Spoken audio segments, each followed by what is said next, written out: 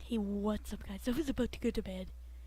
I was actually doing some research for homework when I found this fantastic video, and it made me butthurt knowing that such racism can exist in our brilliant province of Saskatchewan, our brilliant country, Canada, our brilliant continent, North America.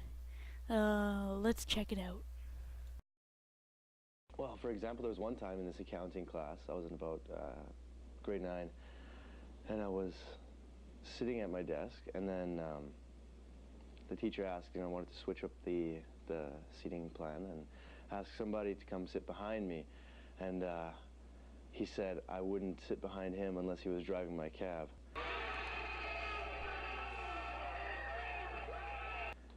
And I mean, yeah, it's clever, but it's not funny. It's not funny. It's not funny. It's not funny. It's not funny. Yeah, actually, it's downright hilarious. He could have used his brain for something more useful. He does realize that comedian is a job and there's big money in it, right?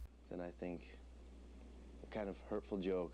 You have to look at what humor is. Like, these people who are fucking offended by rape jokes don't even understand humor. They think of humor as like a happy thing, because humor makes us laugh and laughter makes us happy. But a lot of the times they don't seem to notice that what we're actually laughing at is quite dark and morbid. Like, if you actually look at it and examine the jokes and look at the exaggeration and try to figure out the mechanics of how the joke works, why does it work, you're gonna find that a lot of jokes have their genesis in pain and suffering. Because laughter is this great transcendent tool we have where we can take something that's bitter and difficult to comprehend or deal with and make it something funny. Like, if I take a joke like, how many police officers does it take to change a light bulb? None. They just beat the room for being black. That joke has its genesis in some very serious, very dark shit. And that joke is not making light of the fact that people have suffered, or it's not making light of the fact that people, marched in the civil rights movement, or that people are racially discriminated against, or police brutality. It's not making light of any of that. What it's doing is it's taking that pain, and it's taking that dark subject matter, and it's helping us transcend it for a moment, and view the absurdity of our circumstance, because that is what humor is supposed to do. Humor at its best takes the elements of the world that are dark and horrible and shows you their absurdity. It shows you the absurdity of the human condition, and that is important. How did it make you feel? Terrible. This video is making me feel terrible. This guy's just a privileged whiner. Terrible, especially the fact that nothing happened. Yeah, like, what the frick? Like, why didn't the teacher beat his, a white privileged ass? About it, the teacher, we saw it and he didn't do anything. No, the teacher simply understands comedy, as you clearly don't. Comedy isn't supposed to, like what the Amazing Atheist said, it's not supposed to make light of things.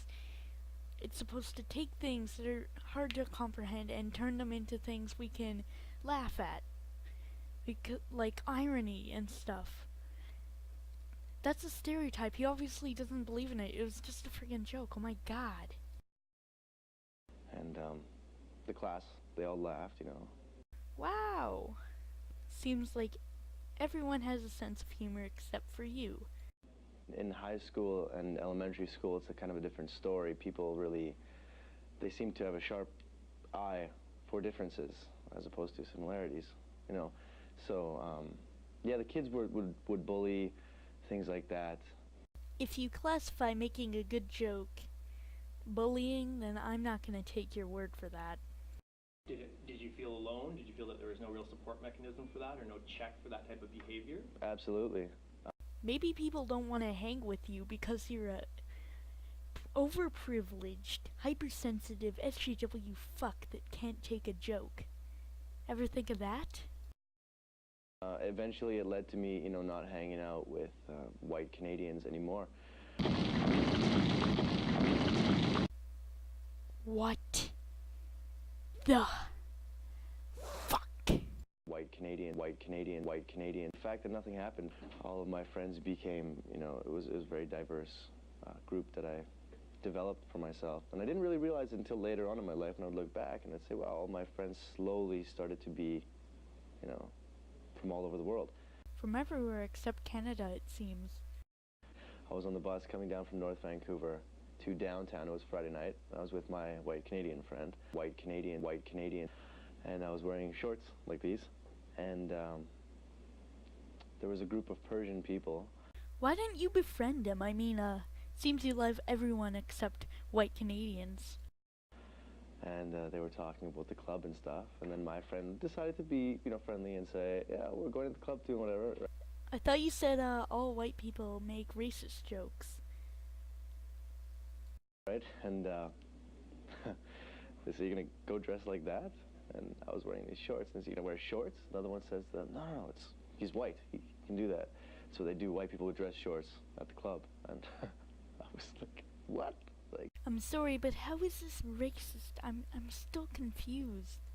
What? what, I'm white? No. So, I mean, I get hit from all angles. It's kind of this identity homelessness. I'm sure this homeless man would be glad to switch places with you, man. You know, I can't really go back to Iranian. If I do that, they're gonna, you know, I have an accent now. So if I would want to speak Farsi, they're gonna call me Canadian and stuff. So, no, really, I've identified as a human now. It's kind of what it is.